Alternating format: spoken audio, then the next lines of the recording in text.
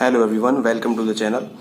सो आज के इस पर्टिकुलर वीडियो के अंदर हम लोग कंटिन्यू करेंगे मेथड ऑफ प्रिपरेशन को, या ये कहें एल्किल हैलाइड बनाने की जो विधियां हम लोग पढ़ रहे थे। प्रीवियस लेक्चर के अंदर हमने 3 मेथड डिस्कस कर लिए थे और ये लेक्चर नंबर 5 जो है वो होने जा रहा है। तो इससे पहले 4 लेक्चर हमने डिस्कस किए हैं। अगर आप लोगों में से किसी ने वो लेक्चर नहीं देखा है तो पहले जाकर आप लोग उन लेक्चर्स को देखिए, उसके बाद आप कंटिन्यू करेंगे, ठीक है। तो आज के इस पर्टिकुलर लेक्चर के अंदर हम मेथड नंबर 4 डिस्कस करेंगे, जिसका नाम है एल्कोहल पर SOCl2 की क्रिया द्वारा हमें फॉर्मेशन किसकी करनी है, एथिल क्लोराइड की, या हम फॉर्मेशन जो है वो पढ़ रहे हैं एथिल क्लोराइड की, या कहें एल्किल हैलाइड की। सॉरी, मैं ओवरऑल बात करता हूँ, वो एल्किल हैलाइड की हमें फॉर्मेशन करनी है। तो इस पर्टिकुलर मेथड के अंदर हम क्या करते हैं, जब एल्कोहल की रिएक्शन करवाते हैं पिरिडिन बेस की उपस्थिति में। एल्कोहल की रिएक्शन कोई भी एल्कोहल हो सकता है, और किसकी उपस्थिति में, प्रेजेंस किसकी होगी, पिरिडिन बेस की, पिरिडिन क्षार की, और SOCl2 के साथ रिएक्शन होगी, ठीक है। SOCl2 का रासायनिक नाम क्या होता है, थायोनिल क्लोराइड। तो एल्किल क्लोराइड का निर्माण होता है। इस प्रक्रिया को डार्जन प्रक्रम के नाम से जाना जाता है। मोस्ट इंपोर्टेंट मेथड है और इंडस्ट्रियल यूज होने वाला मेथड है। क्यों इतना इंपॉर्टेंस है इसका वो भी मैं आपको बताऊंगा। तो पहले हम देखते हैं रिएक्शन को। तो हमारे पास कोई एल्कोहल है, जैसे हमने ले लिया एथिल एल्कोहल, ठीक है। इसके साथ रिएक्शन किसकी करवा रहे हैं, SOCl2 की, जिसका नाम क्या है, थायोनिल क्लोराइड। केमिकल नेम जो है वो आप लोग जरूर याद रखें, बहुत ज्यादा हेल्पफुल होते हैं और आपका कॉन्फिडेंस भी इससे बूस्ट होता है। आपको बातें पता होनी चाहिए। एक बात, किसकी प्रेजेंस में रिएक्शन करवानी है, पिरिडिन क्षार, पिरिडिन बेस। स्ट्रक्चर आप लोग जानते हैं, नहीं जानते हैं तो आप ये स्ट्रक्चर देख सकते हैं, हम काफी बार इसको डिस्कस करते हैं। नाइट्रोजन इसके ऊपर एक लोन पेयर होता है, यहाँ पे डबल डबल और डबल, ठीक है। एरोमेटिक सिस्टम होता है, इसको बोलते हैं पिरिडीन। बेस का काम क्यों करता है, मैंने GOC के अंदर समझाया भी था कि ये क्यों अच्छा बेस है। एक सवाल किया था हमने लास्ट में, पायरोल से अच्छा बेस क्यों है। ये पायरोल 5 मेंबर रिंग है, उसके अंदर नाइट्रोजन है। ये 6 मेंबर रिंग है, ठीक है ना, उसके अंदर नाइट्रोजन है। तो ये क्यों अच्छा बेस है, क्योंकि एरोमेटिक सिस्टम ऑलरेडी है। ऐसा एक क्वेश्चन भी मैंने करवाया था, अगर आप लोगों ने देख रखा हो तो लेक्चर, ठीक है। अब बात करते हैं इस प्रोसेस की।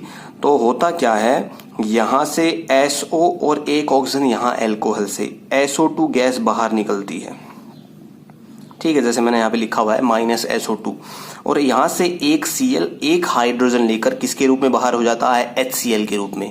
अब यहां से क्या बच गया, CH3 CH2 और एक Cl बचा हुआ है। क्या बन गया, CH3 CH2 Cl। क्या बाहर हुआ है, SO2 और HCl, ठीक है। अब मैं आपको बताता हूं कि इस प्रोसेस जो है इसकी इंपॉर्टेंस ज्यादा क्यों है, क्यों अच्छा प्रोसेस माना जाता है, क्योंकि यहां पर एलिमिनेट होने वाले जो दोनों बाई प्रोडक्ट हैं, सह उत्पाद हैं, SO2 और HCl, दोनों ही गैसियस फॉर्म में होते हैं, ठीक है। तो ये अपने आप एलिमिनेट हो जाते हैं। जो भी हमारा सिस्टम होता है, जो रिएक्शन जहां प्रोसीड हो रही है, वहां से SO2 और HCl बिल्कुल आसानी से सेपरेट हो जाते हैं, ठीक है। तो सह उत्पाद जो है वो अच्छी तरीके से बाहर निकल जाते हैं, जिसके कारण हमारे पास जो प्रोडक्ट बनता है, इसकी लब्धि जो होती है, लब्धि का मतलब होता है मात्रा, वो भी ज्यादा बनती है, ठीक है। लब्धि भी क्या मिलती है हमारे पास, ज्यादा, और ये क्या होता है, प्योर फॉर्म में हमें मिलता है, ठीक है ना, क्योंकि गैस जो है वो बिल्कुल आसानी से और बढ़िया तरीके से एलिमिनेट हो जाती है हमारे मेन प्रोडक्ट से। अब इसकी मैकेनिज्म क्या होती है वो आपके लिए इतनी इंपॉर्टेंस भी नहीं है, हालांकि मैं एक्सप्लेन भी कर सकता हूं कि कैसे यहाँ पे इलेक्ट्रॉन डेंसिटी जो है वो सल्फर के ऊपर अटैक करती है, फिर यहाँ से Cl अच्छा लिविंग ग्रुप होता है वो एलिमिनेट हो जाता है, फिर दोबारा Cl जो है वो अपने इलेक्ट्रॉन एल्काइल ग्रुप जो है वो अपने इलेक्ट्रॉन डोनेट करता है। तो वो आपके लिए इतना इंपॉर्टेंस नहीं रखता है, ठीक है ना। वो आपसे कोई पूछने वाला भी नहीं है, चाहे कंपटीशन की बात कर लें, IIT या नीट की बात कर लें, और 12th लेवल पे तो कोई सवाल ही नहीं है, ठीक है। तो आपको इतनी इंपॉर्टेंस नहीं रखनी है। फिर भी अगर कहीं इन फ्यूचर दोबारा कहीं अगर हमारे पास इतना टाइम रहा तो हम जरूर डिस्कस करेंगे इसको, या क्लासरूम के अंदर भी डिस्कस कर सकते हैं, जहाँ पे अभी मैं करंट टाइम में पढ़ा रहा हूँ वहाँ पे। अब चलते हैं हमारे अगले मेथड पे, जिसका नाम है एल्कोहल पर फॉस्फोरस हैलाइड के द्वारा, ठीक है। तो जब एल्कोहल की क्रिया PCl5 से या PCl3 से, दोनों ही क्या हैं, फॉस्फोरस के हैलाइड हैं। 2 टाइप के हैलाइड बनाता है फॉस्फोरस, हम डिस्कस करके आते हैं क्लास 11 में। PX5 भी बनाता है और PX3 भी बनाता है। तो PCl5 जो है वो एक PX5 का एग्जाम्पल है, और PCl3 एक PX3 का एग्जाम्पल है। तो एल्किल क्लोराइड का निर्माण होता है, ठीक है। हमारे पास फिर से हमने क्या ले लिया है, एथिल एल्कोहल ले लिया। इसके साथ किसकी रिएक्शन करवा रहा हूं मैं, PCl5 की। इसको मैंने खोल के लिख दिया ताकि आपको इजी वे में अंडरस्टैंडिंग हो जाए। तो यहां से बेसिकली पहले क्या एलिमिनेट होता है, POCl3, जिसको मैंने रेड कलर के पेन से हाईलाइट किया हुआ है। क्या बाहर निकलता है यहां से, POCl3। और एक Cl एक हाइड्रोजन लेके किसके रूप में बाहर हो गया, HCl के रूप में। तो बाई प्रोडक्ट क्या निकला, POCl3 और HCl। यहाँ क्या बचा हुआ, CH3CH2 और एक Cl यहाँ बचा हुआ, क्या बन गया, CH3CH2Cl। क्या बन गया, एथिल क्लोराइड। नाम जरूर लिखें हर प्रोडक्ट का, हर रिएक्टेंट का, क्योंकि अगर आप नाम नहीं लिखते हैं तो बोर्ड एग्जाम के अंदर हो सकता है आपके मार्क्स कट जाएं। यही छोटी छोटी बातें होती हैं जो आपको बाकी स्टूडेंट से अलग बनाती हैं, ठीक है ना। तो हर एक, चाहे मैं लिखूं या नहीं लिखूं, आपको हर प्रोडक्ट का नाम लिखना है, हर रिएक्टेंट का नाम लिखना है, ठीक है। यहाँ पे फिर से मैंने एथिल एल्कोहल लिया, इसके कितने मोल लिए हैं, 3 मोल। किसके साथ रिएक्शन करवा दी है, PCl3 के साथ। इसको आप खोल के भी लिख सकते हैं, कैसे लिखेंगे, ये फॉस्फोरस, इसके साथ Cl, यहाँ पे Cl और यहाँ पे Cl, ठीक है। यहां से क्या एलिमिनेट हो रहा है, H3PO3। कैसे एलिमिनेट होगा, देखो भाई, यहां से हमें लेना है इतना, 3 हाइड्रोजन आ जाएंगे, एक फॉस्फोरस है, फॉस्फोरस हमारे पास एक ही है, 3 हाइड्रोजन आ गए यहां से और 3 ही क्या आ गए, ऑक्सीजन। क्या बन गया, H3PO3। कितने Cl बच गए यहाँ पे, 1 2 3। यहाँ पे आपके पास कितने मोल ले रखे हैं आपने, 3 मोल ले रखे हैं। तो CH3CH2 एक Cl ले जाएगा, CH3CH2Cl। ऐसा कितनी बार हो जाएगा, 3 बार, क्योंकि आपने कितने मोल ले रखे हैं, 3 मोल। तो 3 मोल आपके पास क्या बन गया, एथिल क्लोराइड। समझ गए बात को। यहां से क्या एलिमिनेट हो रहा है, H3PO3, 3 हाइड्रोजन है, 3 ही ऑक्सीजन और एक फॉस्फोरस, क्योंकि हमने कितने मोल ले रखे, 3 मोल। तो ये 2 रिएक्शन थी फॉस्फोरस हैलाइड की। अब देखिए, यदि अल्कोहल की क्रिया लाल फॉस्फोरस की उपस्थिति में Br2 या I2 से कराई जाए तो OH समूह क्रमशः ब्रोमाइड या आयोडाइड में परिवर्तित हो जाता है। ये रिएक्शन है अगर आप एथिल अल्कोहल लेते, सॉरी मैथिल अल्कोहल लेते हैं, ठीक है, एक कार्बन का अल्कोहल है। इसकी रिएक्शन जो है वो आप रेड फॉस्फोरस की उपस्थिति में, लाल फॉस्फोरस की उपस्थिति में अगर Br2 ब्रोमीन से करवाते हैं तो यहाँ से एक HBr बाहर हो जाता है, ठीक है, और ये क्या बन जाता है, मैथिल ब्रोमाइड। यहाँ से क्या होगा, अगर आपने यहाँ से किसके साथ रिएक्शन करा दी, रेड फॉस्फोरस की उपस्थिति में I2 से करवा दी तो क्या बन जाएगा, मैथिल आयोडाइड, और क्या बाहर निकल जाएगा, HI। तो ये रिएक्शन थी जो आपको पढ़नी है। अब चलते हैं हमारी नेक्स्ट रिएक्शन पे, जो कि है मोस्ट इंपोर्टेंट, हैलोजन विनिमय द्वारा। हैलोजन विनिमय के अंदर 2 हम रिएक्शन पढ़ेंगे जो इंपोर्टेंट हैं। एक हम पढ़ेंगे फ्रैंकलिस्टाइन अभिक्रिया और दूसरी हम लोग पढ़ेंगे स्वार्ट अभिक्रिया। तो ध्यान से देखेंगे, हमारे पास रिएक्शन है, फॉर्मेशन जो मेथड है उसमें नंबर 6 है, और इसके अंदर हम 2 रिएक्शन पढ़ेंगे। एक है फ्रैंकलिस्टाइन अभिक्रिया जो 2019 में बोर्ड एग्जाम में पूछी हुई भी है, और हो सकता है आपको दोबारा देखने को मिल जाए बोर्ड एग्जाम के अंदर ही। तो पहली जो रिएक्शन है वो फ्रैंकलिस्टाइन अभिक्रिया, जब एल्किल क्लोराइड या एल्किल ब्रोमाइड की क्रिया एसीटोन की उपस्थिति में सोडियम आयोडाइड से करवाते हैं तो हैलोजन विनिमय द्वारा एल्किल आयोडाइड का निर्माण होता है। याद रखें, हैलोजन का एक्सचेंज होगा, ठीक है। हमारे पास क्या है, एथिल क्लोराइड है, उसकी रिएक्शन मैंने किससे करवा दी, सोडियम आयोडाइड से। यहां से क्या एलिमिनेट होगा, NaCl। मैंने एरो के ऊपर लिखा है एसीटोन। एसीटोन कैसा सॉल्वेंट है, इनर्ट सॉल्वेंट है, अक्रिय सॉल्वेंट है। यहां से क्या एलिमिनेट हो गया, NaCl, और क्या बन गया, CH3CH2I। ये हमारा प्रोडक्ट फॉर्म हो गया। दूसरी रिएक्शन है, वही हमने क्या ले लिया, एथिल क्लोराइड के साथ किसकी रिएक्शन करवा दी, NaBr की। यहां से क्या एलिमिनेट हो जाएगा बच्चों, NaCl, और क्या बन जाएगा, CH3CH2Br। बेसिकली हो क्या रहा है, हैलोजन का एक्सचेंज हो रहा है। पहले यहाँ पे Cl था, अब क्या जुड़ गया यहाँ पे Br, है तो हैलोजन ही, ठीक है। इसलिए हम किस कैटेगरी में पढ़ते हैं, हैलोजन एक्सचेंज में। ये थी फ्रैंकलिस्टाइन। नंबर 2 हमारे पास आ जाएगी स्वार्ट अभिक्रिया, ठीक है, स्वार्ट मेथड, और मैंने इस पे लिखा है BSCR 2021। हो सकता है आपको आने वाले बोर्ड एग्जाम में ही देखने को मिल जाए, तो ध्यान से समझेंगे। इस बिल्कुल आसान रिएक्शन है, जब एल्किल क्लोराइड या ब्रोमाइड की क्रिया AgF से करवाते हैं, ठीक है, तो हैलोजन विनिमय द्वारा एल्किल फ्लोराइड का निर्माण होता है। हमारे पास एथिल क्लोराइड है, इसकी रिएक्शन मैंने किससे करवा दी है, AgF से, ठीक है। यहां से क्या एलिमिनेट हो जाएगा, AgCl, और क्या फॉर्म हो जाएगा, CH3CH2F। बस यही एक लाइन की रिएक्शन है स्वार्ट अभिक्रिया, जो आप लोगों को ध्यान रखनी है, वो बहुत ज्यादा इंपॉर्टेंट है स्वार्ट अभिक्रिया। तो ये 2 मेथड थे हैलोजन एक्सचेंज में, पहले फ्रैंकलिस्टाइन और नंबर 2 था हमारा स्वार्ट अभिक्रिया। अब जो नेक्स्ट मेथड हम डिस्कस करने जा रहे हैं वो है हुंसडीकर अभिक्रिया, और मोस्ट इंपोर्टेंट मेथड है, ठीक है, हुंसडीकर अभिक्रिया। और नेम रिएक्शन जितनी भी हैं वो सारी ही इंपॉर्टेंट है। तो हम बात करते हैं हुंसडीकर के बारे में। तो कार्बोक्सिलिक अम्ल जो है उसके सिल्वर लवण की क्रिया CCl4 की उपस्थिति में Br2 से कराते हैं तो एल्किल ब्रोमाइड का निर्माण होता है। इस अभिक्रिया को विकार्बोक्सिलीकरण ब्रोमीकरण के नाम से जानते हैं। ध्यान से समझना एक एक बात को। हमारे पास है कार्बोक्सिलिक एसिड जो है उसका सिल्वर लवण, कैसे बनता है भाई कार्बोक्सिलिक एसिड का सिल्वर लवण?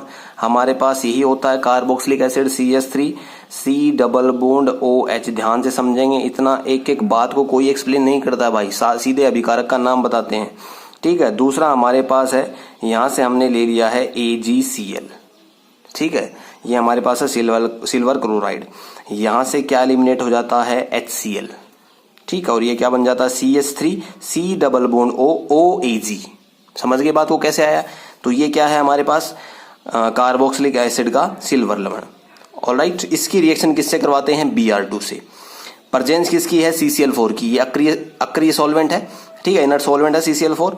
तो यहां से क्या होता है, मैंने दो बातें लिखी, एक तो वी कार्बोक्सिलीकरण है और एक ब्रोमीकरण है। तो वी कार्बोक्सिलीकरण का मतलब आपको मैं बहुत बार पढ़ा चुका हूं, इसका मतलब होता है CO2 का बाहर निकलना। तो यहां से क्या एलिमिनेट हो रही है? CO2, जिसको मैंने हाईलाइट किया हुआ है। ठीक है, और यहां पे लिखा है ब्रोमीकरण। ठीक है, तो यहां से क्या होगा, देखो दो शब्द होते हैं, शब्दों पे बिल्कुल आप इस पे फोकस करना आपको। एक होता है ब्रोमीकरण और एक होता है ब्रोमीनीकरण। तो ब्रोमीकरण का मतलब है केवल एक ही Br जुड़ेगा, केवल एक एटम जुड़ेगा Br। अगर मैं आपसे कहूं ब्रोमीनीकरण, इसका मतलब क्या हो गया? Br2 जुड़ेगा। ऑलराइट, तो यहां क्या आएगा? ब्रोमीकरण, इसका मतलब क्या जुड़ेगा? केवल Br। तो यहां से एक Ag एक Br को लेकर बाहर, किसके रूप में? AgBr के रूप में। और यहां से क्या एलिमिनेट हो रही है? CO2 gas. क्या बचेगा? केवल CH3। और यहां से आपके पास क्या आ जाएगा? Br। क्या बन गया? CH3Br, जिसको मैंने लिखा है M ब्रोमाइड, मैथिल ब्रोमाइड। आप पूरा लिखेंगे, ठीक है, क्योंकि अभी पढ़ रहे हैं, आपको सारी बातें याद हैं। 2 दिन बाद क्या हो जाएगा? साफ, क्योंकि हम रिवीजन तो करते नहीं हैं। ठीक है, नंबर 8 हमारे पास मेथड है, लास्ट मेथड है प्राथमिक एमीन से। जब प्राथमिक एमीन की क्रिया नाइट्रोसिल क्लोराइड, जिसके ब्रैकेट में मैंने लिखा है NOCl, याद रखना भाई, टिल्डन अभिकर्मक, कभी भी पूछ सकता हूं क्लास के अंदर। नाइट्रोसिल क्लोराइड NOCl टिल्डन अभिकर्मक से कराते हैं तो एल्किल क्लोराइड का निर्माण होता है। तो हमारे पास 1 डिग्री एमीन है। ठीक है, 1 डिग्री एमीन तो आप सब जानते हैं। हमने अमोनिया जो है उसके एक हाइड्रोजन को रिप्लेस कर दिया CH3CH2 से, केवल एक हाइड्रोजन हटा हुआ नाइट्रोजन से। इसका मतलब ये क्या है? 1 डिग्री एमीन है। किसके साथ रिएक्शन करवाई है मैंने? NOCl, नाइट्रोसिल क्लोराइड से। यहाँ से क्या एलिमिनेट हो गया? H2, लिख दिया H2। एक नाइट्रोजन और दूसरा नाइट्रोजन, क्या एलिमिनेट हो गया? N2 gas. ऑलराइट, CH3CH2 और एक क्या बच गया? Cl। तो हमारे पास ये क्या बन गया? Ethyl chloride. ऑलराइट, तो ये हमारे मेथड ऑफ प्रिपरेशन होते हैं यहाँ पर खत्म। यहाँ पे जो याद रखनी है आपको इंपॉर्टेंट रिएक्शन वो है स्वार्ट अभिक्रिया, हुंसडीकर, फ्रिंकलस्टाइन अभिक्रिया। ये कुछ इंपॉर्टेंट अभिक्रिया, बाकी आपको याद सारी रखनी है, पढ़नी सारी हैं। ठीक है, जो इंपॉर्टेंट थी उसमें मैंने मार्क कर दिया है। अब बात करते हैं फिजिकल प्रॉपर्टीज की, भौतिक गुणों की। तो मेन जो आपको फिजिकल प्रॉपर्टी जो मैं आपको एक्सप्लेन करूंगा, क्योंकि फिजिकल प्रॉपर्टी जो है बहुत सारी हैं, तो जो इंपॉर्टेंट है वो मैं आपसे डिस्कस करूंगा यहाँ पे। तो पहला तो ये कि शुद्ध अवस्था के अंदर एल्किल हैलाइड जो जितने भी हैं वो सारे क्या होते हैं? रंगहीन होते हैं। लेकिन प्रकाश की उपस्थिति में एल्किल ब्रोमाइड एवं एल्किल आयोडाइड पीले पड़ जाते हैं। क्यों पड़ जाते हैं पीले, इनको मैं आगे एक्सप्लेन भी करूंगा। ये रिएक्शन है एक। ठीक है, तो पहली बात तो ये। दूसरी बात ये जो है वो कार्बनिक विलायक जो है, जैसे बेंजीन है, एल्कोहल, ईथर है, इन सब में क्या होते हैं? विलय होते हैं। अब जो तीसरी बात है वो है इंपॉर्टेंट। इसके अंदर हो सकता है कंपटीशन में आपको सवाल भी देखने को मिल जाए। एक सवाल मैं भी करवा दूंगा यहाँ पे आपको। सभी एल्किल हैलाइड जो है वो ध्रुवीय प्रकृति के होते हैं, अतः इनके क्वथनांक जो है वो हाइड्रोकार्बन एल्केन से उच्च होते हैं। ठीक है, तथा जैसे जैसे इनका अणुभार बढ़ता है इनके क्वथनांक भी बढ़ते जाते हैं। अणुभार जैसे जैसे बढ़ेगा क्वथनांक क्या होगा? बढ़ेगा। ये बात आपको याद रखनी है, हो सकता है कहीं पे सवाल भी देखने को मिल जाए। नंबर 4 जो बात है वो है समान एल्किल समूह युक्त एल्किल हैलाइड के क्वथनांकों की अगर हम बात करें तो उसका क्रम होता है निम्न: RI, RBr, RCl और RF। सबसे आगे है एल्किल आयोडाइड, उसके बाद एल्किल ब्रोमाइड, उसके बाद एल्किल क्लोराइड, उसके बाद एल्किल फ्लोराइड। ऐसा क्यों होता है भाई? ठीक है, याद करिए। ठीक है, क्योंकि मैं इस बात को एक्सप्लेन कर चुका हूँ क्लास 11th के अंदर ही। अब जो स्टूडेंट जो सिग्मा साइंस अकेडमी के अलावा हो सकता है उन्होंने पढ़ा या नहीं पढ़ा, लेकिन मैंने अपनी क्लास के अंदर एक्सप्लेन किया था कि ये ऑर्डर क्यों आता है, और मैं आपको बताऊंगा तो आपको याद भी आ जाएगा। ठीक है, तो आप पाएंगे एक तो आपके दिमाग में एक क्वेश्चन मार्क आ रहा होगा कि सर एल्किल फ्लोराइड सबसे पीछे क्यों गया? क्योंकि इसके अंदर तो कार्बन जो है एल्काइल पार्ट है उसमें, और हमारे जो F है जो पूरी पेरियोडिक टेबल का बादशाह है, ठीक है, इन दोनों के बीच में इलेक्ट्रोनेगेटिविटी डिफरेंस ज्यादा है। फिर यहाँ पे तो हमारा क्वथनांक ज्यादा होना चाहिए, जबकि यहाँ कम क्यों है? तो याद करिए, मैंने आपको पढ़ाया था एक रूल जिसको हम कहते हैं फजांस रूल, या जिसको हिंदी में लिखा हुआ मिलता आपको फायांस का नियम। आपने पढ़ा होगा क्लास 11th के अंदर भी फायांस का नियम। फायांस का नियम क्या कहता है भाई कि आपके पास एनायन जो है वो जितना छोटा होता है और धनायन जितना बड़ा होता है तो धनायन जो है उतना ही ज़्यादा ध्रुवित हो जाता है। तो ध्रुवित जितना ज़्यादा हो जाएगा वहाँ पे कोवेलेंट करेक्टर क्या हो जाएंगे, उतने ही ज़्यादा। तो इसमें कोवेलेंट करेक्टर क्या है, ज़्यादा। तो इसका हमारे पास क्वथनांक क्या हो गया, सबसे कम। अब चलते हैं आगे, इतना इंपॉर्टेंस नहीं है, आपको केवल ऑर्डर याद रखेंगे। मैंने इस बात को कंसेप्ट के साथ क्लियर कर दिया है। अब नंबर 5 जो है, इसका एक सवाल भी करेंगे हम। असाखित एल्किल हैलाइड का क्वथनांक जो है वो साखित एल्किल हैलाइड से उच्च होता है। ठीक है, इसका सवाल करेंगे। नंबर 6 हमारे पास फिजिकल प्रॉपर्टी है, सभी एल्किल हैलाइड में एल्किल आयोडाइड जो है वो सर्वाधिक क्रियाशील होते हैं तथा सूर्य के प्रकाश की उपस्थिति में अपघटित होकर एल्केन तथा आयोडीन गैस I2 का निर्माण करते हैं। हमारे पास एल्किल आयोडाइड है, इस पे अगर H प्रकाश की उपस्थिति में इसके ऊपर रखी जाए तो यहाँ से क्या होती है, I2 गैस एलिमिनेट और क्या किसका फॉर्मेशन हो जाता है, एल्केन। ये एक फ्री रेडिकल मैकेनिज्म है, ठीक है ना। अगर HNO अगर प्रकाश दिख रहा है आपको तो आप समझ जाएंगे